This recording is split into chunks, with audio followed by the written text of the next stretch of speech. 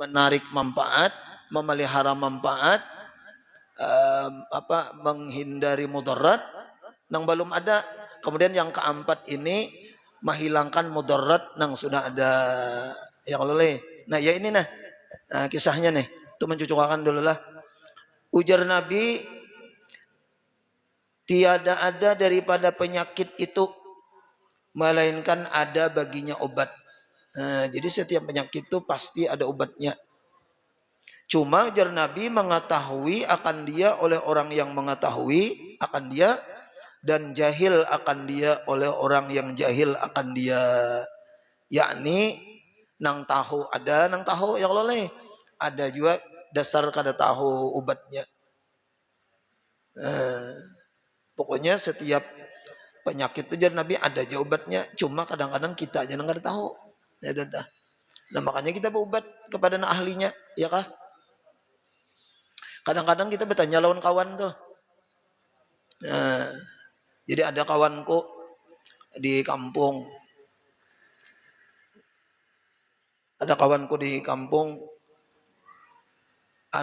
sakit pinggang, jadi kada kawa kada kawa bergerak.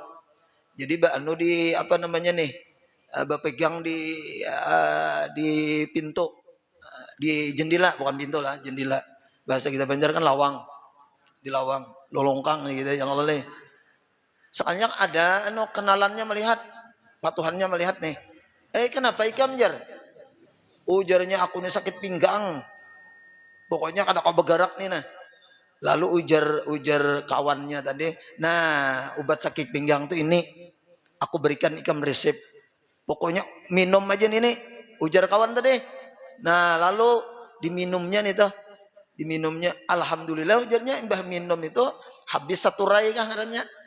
Nah minum ada 3 kali sehari, 3 kali, alhamdulillah hilang jinya sakit pinggang. Kan ada obatnya.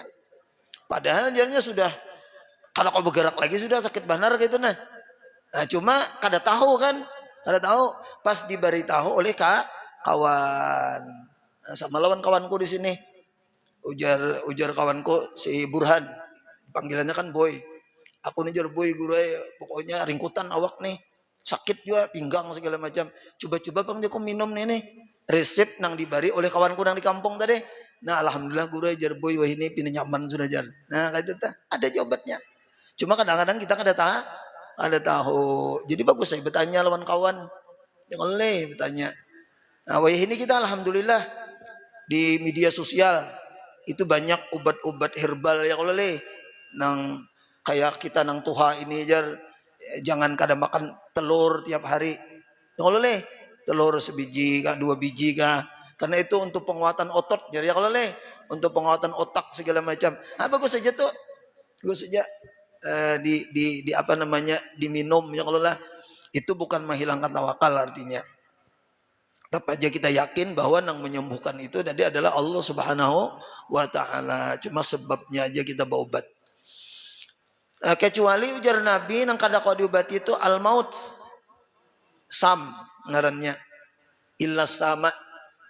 Kecuali nang kada kau diobati tadi adalah sama, ya ini maut, mati. Dakwa lagi marunana diobati mati ini. Biar pian 1000 dokter spesialis jantung di samping kita nih yang loleh, tapi mun dasar mati juga lakawa. Padahal sudah 1000 dokter spesialisnya lakawa. Itu kada ada obat ya bujur tuh. Kada ada obatnya lagi jadi mati itu. Kalau nang lain ada ya yang lelah obatnya. Mati kalau diobati lagi dah. Sampai waktunya yang idza jaa ajaluhum la yastakhiruna sa'atan wa la yastaqdimun yang lelah. Maka yaitu tiada baginya obat. Nah si mati ini nih ada obatnya. Kemudian dan lagi sabda Nabi sallallahu alaihi wasallam, ujar Nabi, tadawa ya tadawa. Tadawau yang lah. Tadawa ya tadawau. Ada tadawu tuh. Tadawau ibadallah, ujar Nabi. Fa innallaha khalaqad da'a wa khalaqad dawa'a. Artinya berobat olehmu hai segala hamba Allah.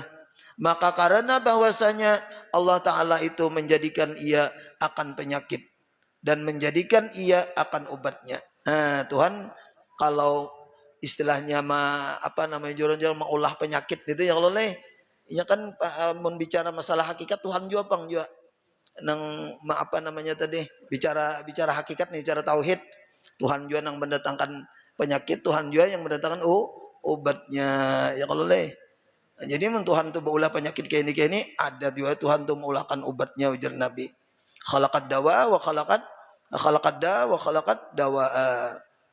Dan kata Imam Ghazali rahimahullah taala, nah ini dalilnya lawan Rasulullah lah, bakat ruya min tariqi ahlil baiti annahu sallallahu alaihi wasallam kana yaqtahilu kulla lailatin wa yahtajimu kulla syahrin wa yashrabud dawa'a kulla sanatin. Artinya maka bahwasanya diriwayatkan daripada jalan ahlul bait, daripada jalan keluarga Rasulullah berataan nih mulai Rasulullah sampai ke Imam Ghazali inilah, atau kepada yang meriwayatkan hadis ini jalurnya adalah juriat Rasulullah yang menyampaikannya, perawinya bahwasanya ujar Nabi riwayat inilah yang meriwayatkan nih Nabi Muhammad sallallahu alaihi wasallam itu memakai calak mata. Calak mata ini kan supaya jangan sakit mata. Kalau maka pada tiap-tiap malam calak mata Nabi, dan adalah ia berbekam. Nah berbekam kayak semalam berbekam. Kenapa marunal berbekam? Sungu. Kalau nya bepantik bisa juga. Nang biasanya tuh kan dilukai orang lah, dilukai baru disedut darahnya tuh. Itu Nabi jar berbekam pada tiap-tiap bulan. Nah, sebulan sekali Nabi berbekam, sebulan sekali. Kita nih seumur hidup bisa kada suah yang lalu nih. Namunnya kena sekali berbekam, tapi bibinian juga membekam juga. Ini ada yang lalu mengamalkan sunnah Nabi. Kalau bisa nih tiap bulan berbekam jar. Nah, ulun bisa jabang berbekam, cuma kada kesempat juga tiap bulan ini. Lah, dan adalah ia meminum obat juga Nabi nih pada tiap-tiap tahun sekali. Wa yashrabud dawa'a kulla sanatin. Nabi minum obat. Minum jamu. Ya Allah lah, minum herbal. Bahari itu herbal lah kira-kira kayak jamu ya Allah. Cuma Nabi itu kan artinya kada melarang, malah mencontohkan yang namanya bau obat. Padahal Nabi itu orang yang paling tawakal sudah. Nah, tetah. Jadi kalau kita tahu nang kayak ini ya kalau jadi orang tawakal itu bukan nang semata-mata duduk aja misalnya lalu baca ya latif ya latif ya latif ya latif misalnya lah, supaya duit datangan nih sekalinya pas kada sing datangan duitnya ya Allah lah bini sarik pukul oleh bini lalu berubah bacaan ya latuf ya latuf ya. Jadi kada kawa ya Allah berusaha juga usaha. Cuma orang tawakal nih berusaha ujar Nabi Pak Ajmilu bi talab, artinya damai-damai di dalam mencari. Karena apa yang Allah takdirkan lawan kita itu pasti datang lawan kita. Apa yang tidak ditakdirkan oleh Allah lawan kita, kayak apapun kita tuh mau usahanya kada kawa datang jual lawan kita. Nah orang beriman kan yakin dengan itu. Lalu inya berusaha itu artinya dengan damai, dengan elok, dengan baik. Kalau kadang ibaratnya tuh halal haram hantup haja aja. 4 hara halal haram hantup haja, jangan ada. Jadi ingat sembahyang, ingat majlis taklim, ingat ini bagus, ini ganda. Nah ingat tuh orang tawakal tuh, karenanya yakin apa nang ditakdirkan dengan kita, ya kalau dengan inya tadi pasti sampai. Nah itu dah. Apa nang kada ditakdirkan, kada kawa sampai. Biar nang kayak apa kita mau usaha, kada kawa ya kalau lah. Nah jadi orang beriman yakin dengan demikian, tapi kada meninggalkan usaha. Nah mungkin itu aja lah waktu ini setempatannya asal mumpung ada beliau Al-Habib Ja'far Al-Hadar, kita minta kepada beliau dengan sangat hormat untuk memberikan nasihat agama atau ceramah agama kepada beliau, dipersilakan dengan sangat hormat. Allahumma shalli ala Sayyidina Muhammad.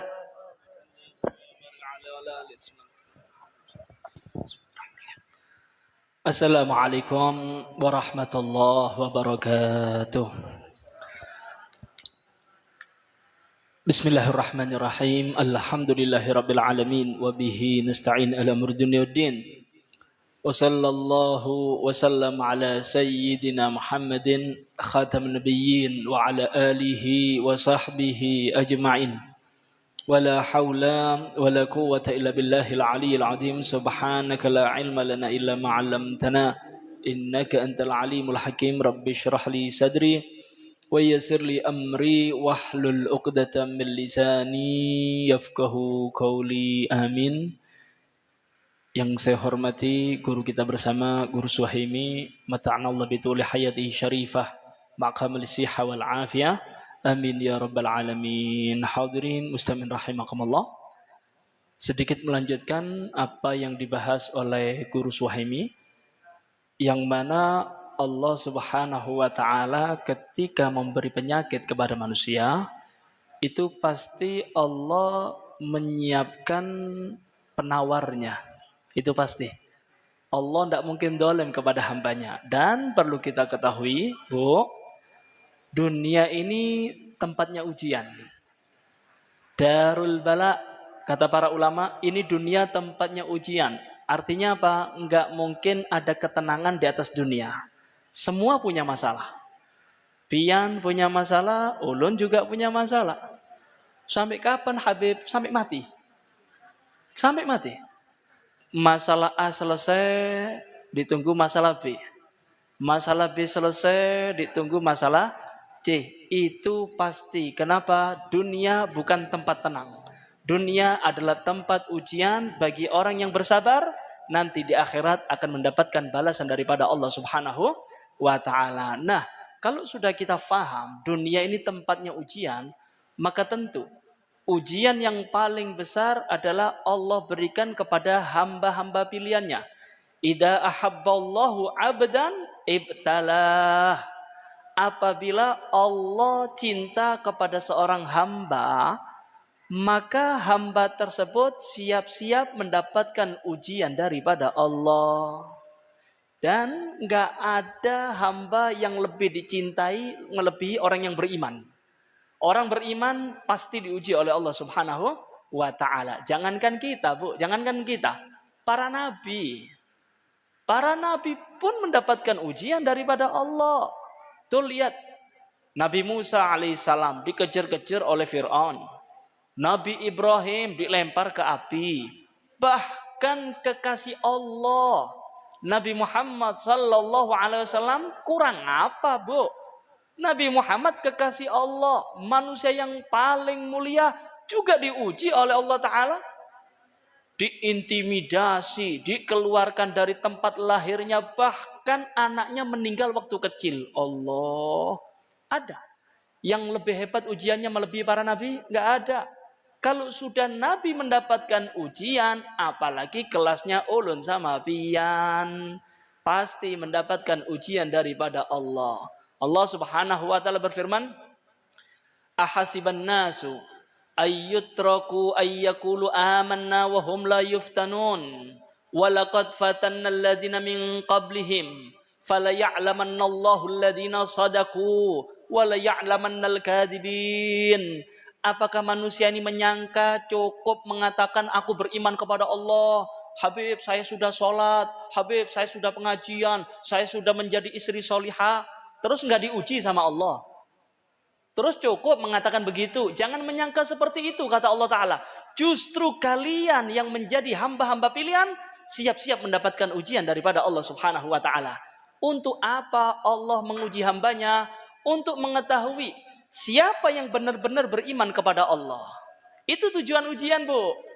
Kalau pian sekarang nih, pakai kerudung, ini enggak kelihatan kualitas iman. Ya cukup orang baik gitu aja. Kualitas iman seseorang itu akan kelihatan ketika mendapatkan ujian. Kalau orang mendapatkan rezeki syukur wajar. Wajar, semua orang syukur. Alhamdulillah, ulun dapat 10 juta. Gampang, enggak nunggu pian. Pelacur pun bisa syukur, Bu. Tapi kalau sudah mendapatkan ujian, uang pian hilang. Nah, di situ kualitas iman nampak.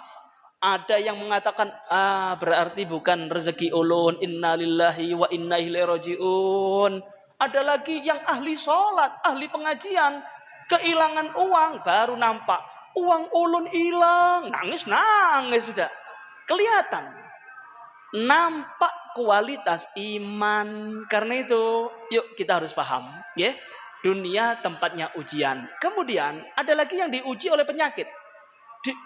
Diuji oleh Allah penyakit. Dan Nabi Muhammad telah memberi resep kepada kita. Agar kita selamat atau sehat daripada penyakit. Nabi Muhammad bersabda gini, dawu mardhakum bis shadaqah. Obati orang-orang yang sakit di antara kalian dengan cara sedekah. Artinya apa? Kalau ada di antara anggota keluarga pian itu ada yang sakit, anak kah, suami kah sakit, monggo silahkan jenengan medis, silahkan Anda cek ke dokter. Cuma jangan lupa resep dari Nabi Muhammad. Yang ngasih ujian itu Allah. Tentunya Allah yang memberi kesehatan. Jangan Anda andalkan dokter. Dokter aja mati, Bu. Dokternya aja sakit, Bu. Sama-sama sakit. Nah, sekarang pian mendapatkan ujian. Ada yang sakit keluarganya. Maka perintah Nabi Muhammad, yuk obati. Cara ngobatinya bagaimana? Sedekah. Kalau pian lihat orang-orang dulu, kalau ulun kan di Jawa, orang-orang Jawa dulu, ya, tradisi di Jawa dari para habaib, dari para kiai, itu kalau ada yang sakit, sedekah, mengeluarkan beras 1 kilo, 2 kilo, diniati, ya Allah, anak ulun sakit sudah 2 hari panas, ya Allah, tidak turun-turun, ini ulun sedekah, saya niati untuk kesembuhan anak, dikeluarkan. Ada lagi yang ngasih uang, dikasih ke masjid, kasih anak yatim, diniati. Ulun kepingin suami saya sehat walafiat panjang umur, anak-anak ulun sehat walafiat, sedekah. Nah, sekarang zamannya kan aneh, Bu. Resep dari Nabi Muhammad dicampakkan. Resep dari Nabi Muhammad dicampakkan. Mereka mengandalkan apa? Medis. Sebagai penutup, Bu, sebagai penutup. Kakek daripada mertua saya, Habib Husin bin Muhammad bin Thahir Al-Haddad, yang ada di Tegal. Habib Muhammad bin Thahir Al-Haddad itu hall pertama kali yang ada di Indonesia. Hall pertama kali se-Indonesia, pertama kali hall yang diadakan di sana, di Tegal. Itu kakek mertua ulun, Habib Muhammad bin Thahir Al-Haddad. Itu mempunyai anak namanya Habib Husin. Terkenalnya Habib Husin Jombang. Rumahnya di Jombang, tapi makamnya ada di Tegal. Beliau orang soleh. Beliau orang soleh. Suatu saat ada orang Arab non sayyid, paham ya?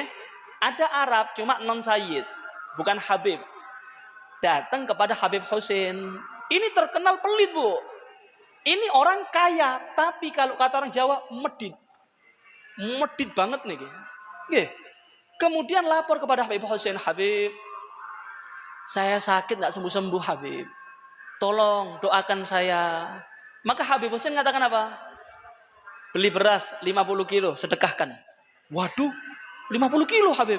Zaman dulu, Bu, zaman dulu. Itu kan besar ya. Waduh, Habib. Sudah ada 5 kilo aja. Enggak, 50 kilo.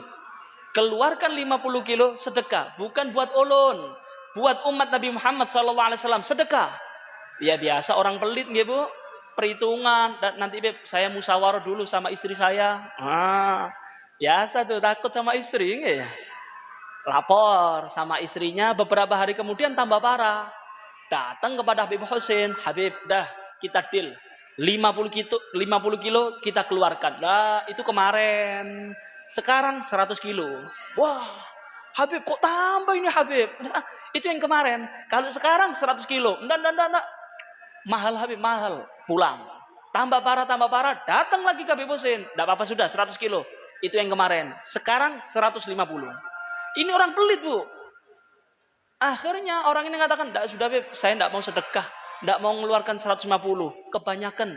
Sampai Habib Husin meninggal dunia. Ini orang kaya raya, Bu. Kaya raya. Tahu kalian?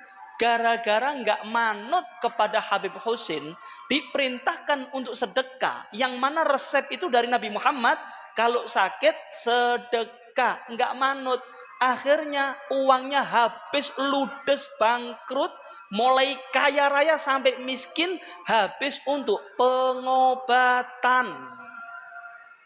Faham, Bu?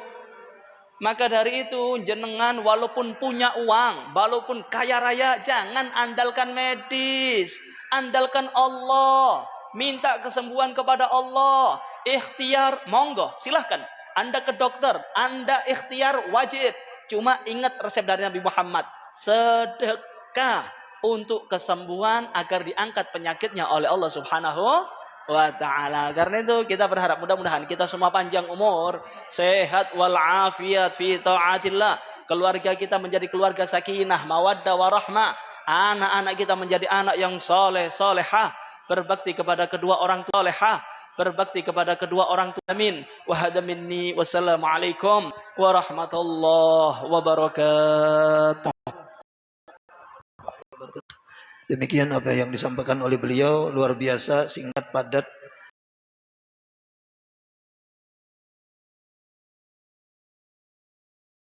dan sangat bermanfaat buat kita. Jadi apa yang disampaikan oleh beliau, kalau ada yang sakit segala macam di sini bisa diniati. Nah, untuk mengobati penyakit yang sudah ada baik keluarga atau kawan atau siapa sajalah diberitahu yang oleh. Nah, ini juga saya pernah mendengar keterangan ini tadi dikuatkan oleh Syekh Ali Jabir kah? Syekh Ali Jabir kan bisa juga menyampaikan semacam itu. Jadi berdasarkan hadis Nabi Muhammad yang disampaikan oleh Habib kita tadi, jadi alhamdulillah kalau ada apa segala macam, di samping berobat dokter ya Allah lah, nah jangan lupa tadi Jalisidin berobat secara agama ya Allah lah, yang diresepkan oleh Rasulullah sallallahu alaihi wasallam. Demikian, mudah-mudahan ada manfaat dan berkatnya. Ulun ampun maaf, wallahul muwaffiq laqom tarik. Assalamualaikum warahmatullahi wabarakatuh. واعف عنا يا كريم، واعف عنا يا رحيم، واعف عنا يا ارحم الراحمين. ربنا تقبل منا انك انت السميع العليم وتب علينا انك انت التواب الرحيم. اللهم استر عيوبنا وعيب معلمنا عنا ولا تزل بركاته يا علم عنا. اللهم ارزقنا الاخلاص في طلب العلم ونشره في جميع الطاعات والعبادات. ربنا اتنا في الدنيا حسنه وفي الاخره حسنه وقنا عذاب النار. صلى الله على سيدنا ومولانا محمد وعلى اله وصحبه وسلم بفضله. سبحان ربك رب العزه عما يصفون وسلام على المرسلين والحمد لله رب العالمين. تقبل الله منكم ومنا منكم تقبل يا كريم. سبحانك اللهم وبحمدك أشهد أن لا إله إلا أنت أستغفرك وأتوب إليك. ما شاء الله لا قوة إلا بالله. اللهم صل على سيدنا محمد.